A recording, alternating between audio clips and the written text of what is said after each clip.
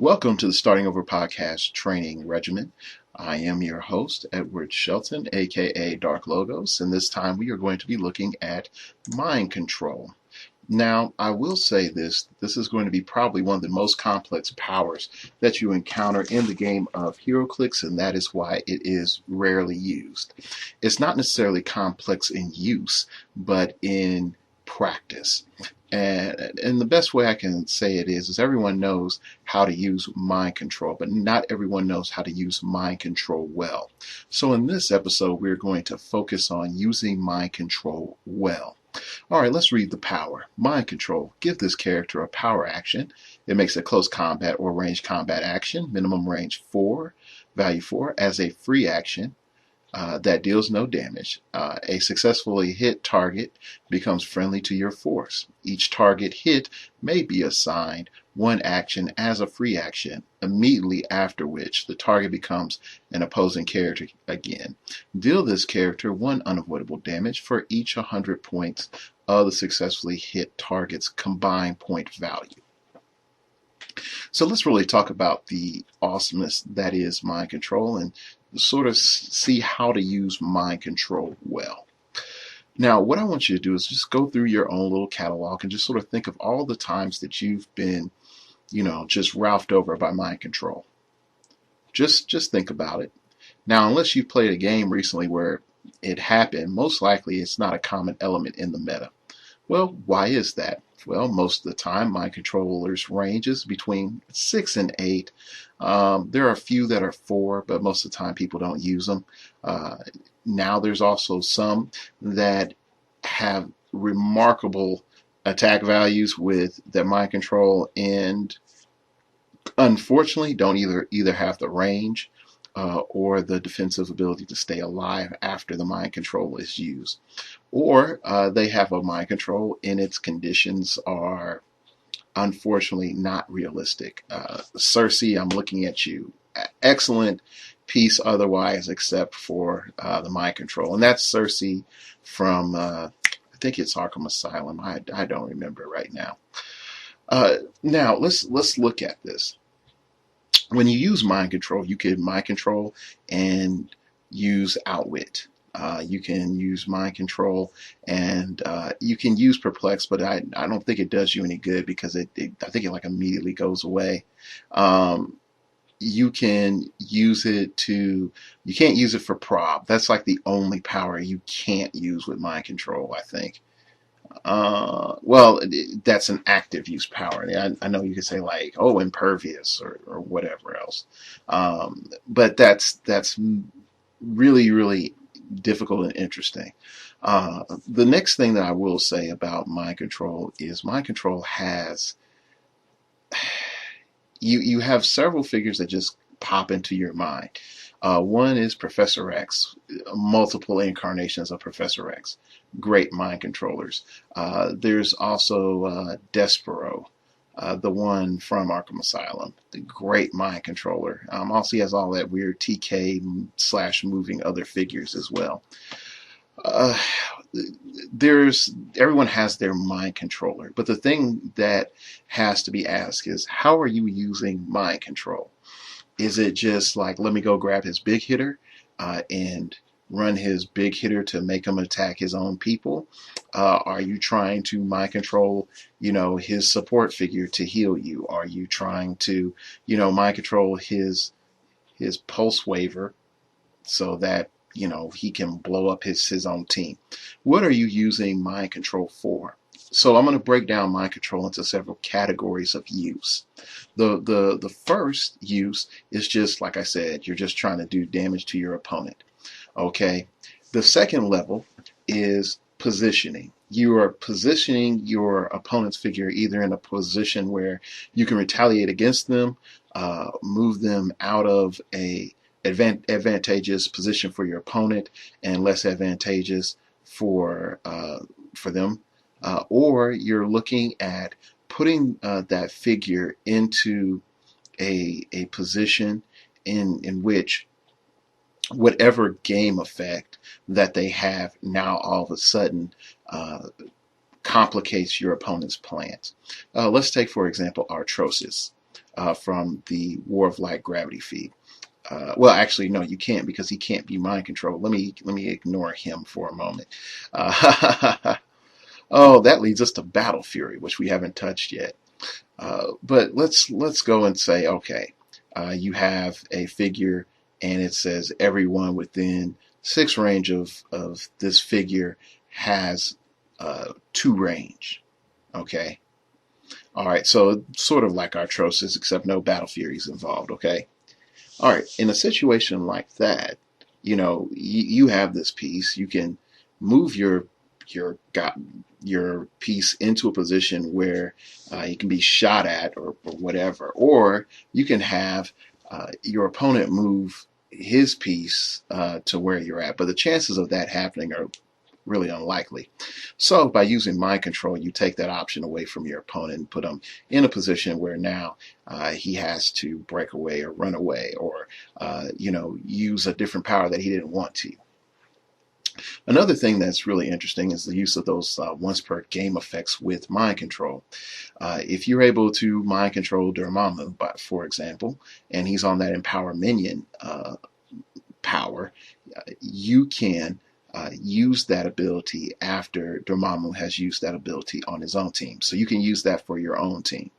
Not only that, if you are able to mind control your own figures, take for Empower a minion example, you can stack that effect. The interesting thing about mind control is it creates a bubble universe for you to operate from. Anything that's once per game is only once per game per mind controlling figure.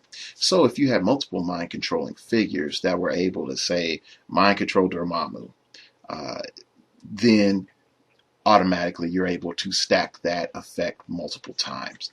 I've seen a stacked mind controlled Empower minion on a Namor from Secret Invasion. Yeah, that is some scary stuff right there.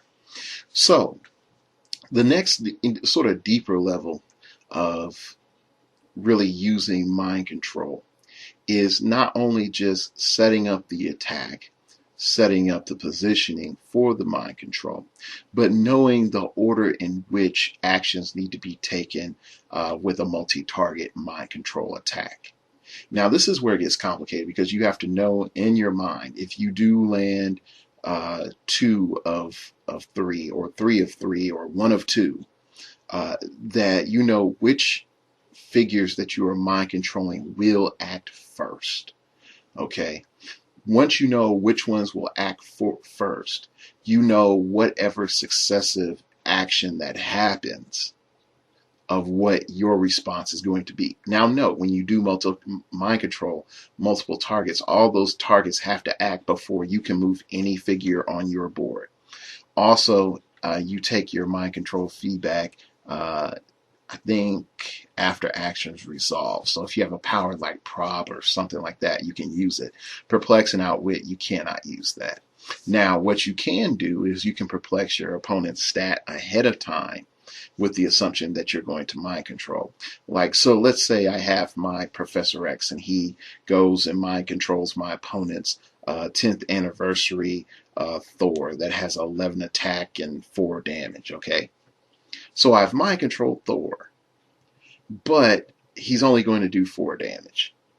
Now, if I go back and I say, well, I perplex down Thor's defense, but I have another perplex and I perplex up Thor's damage, now Thor has 5 damage. That's awesome.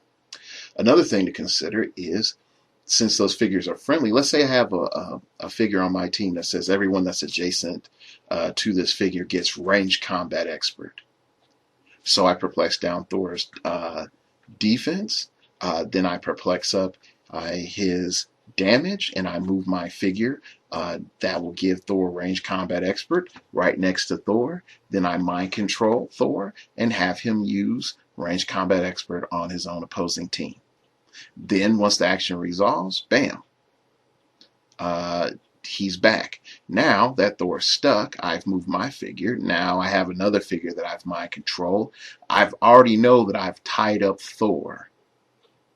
So let me just move that other figure, either away from my tie-up piece because I want that tie-up piece to stay alive, or into a position in which that figure is going to pretty much be ineffective.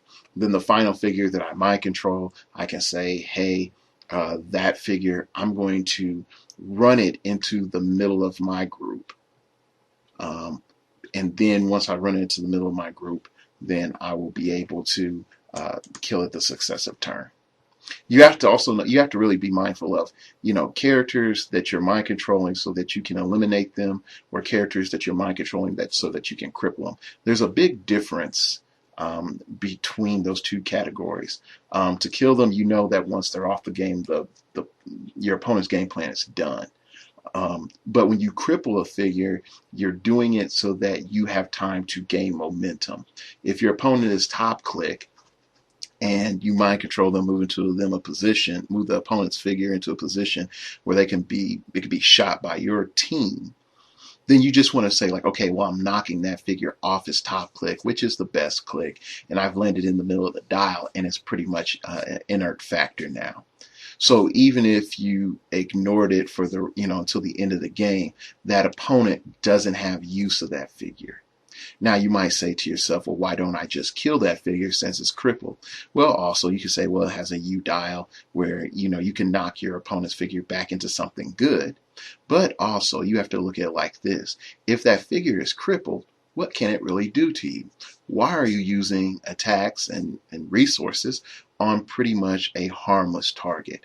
Focus your force on things that are actually going to be a threat to you. Now, if your opponent has support, I can understand how that can be an issue, and you can weigh that as best as you can. But crippling figures by using mind control is a great option. It's one of the best ways to maintain momentum of a game. Now let's look at the feedback option. The feedback element only kicks in if the combined points are 100 points of more of what you've mind control.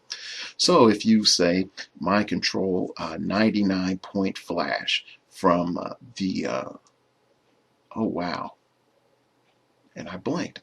It's not the icons flash. If you mind control icons flash, for example, and you won't take feedback. But if you mind control icons flash, and with your second target you mind control Leanne Harperpog, you will take 1 feedback. Now, knowing your dial can be excellent with the use of mind control, because you could mind control a figure knowing what the feedback will do. After actions resolve, you know that you need to get 2 clicks down to use X power or Y power or whatever. And so let's say you're on Outwit and 2 clicks down, you're going to be on probability control. So you mind control a figure that's 200 points. So you take 2 clicks of feedback. So you manipulate your own dial so that once actions resolve, you have probability control. So now your next attack can be more assured. Okay, I hope that makes sense. And if it's complicated, just rewind it. All right. So just see the battlefield scape. See all your various options, see your elevation, see everything, and be mindful that, what you can do with that mind control. Definitely when we look at elevated maps, we can mind control a figure and then run them around a mountain. Now that they can't do anything. Or we can run them to the lowest elevation of the map. Now they're fully exposed with no cover. So there's lots of great depth in mind control. So what I want you to do is go play a couple of games with mind control as a function. Bring a medic. I know you're going to have feedback. Bring a medic and play with it and see how you like it and see what comes up. Okay. All right. If you have any questions, comments, concerns, email me at startingoverpodcast@gmail.com. That's startingoverpodcast@gmail.com. And I will see you in the next episode.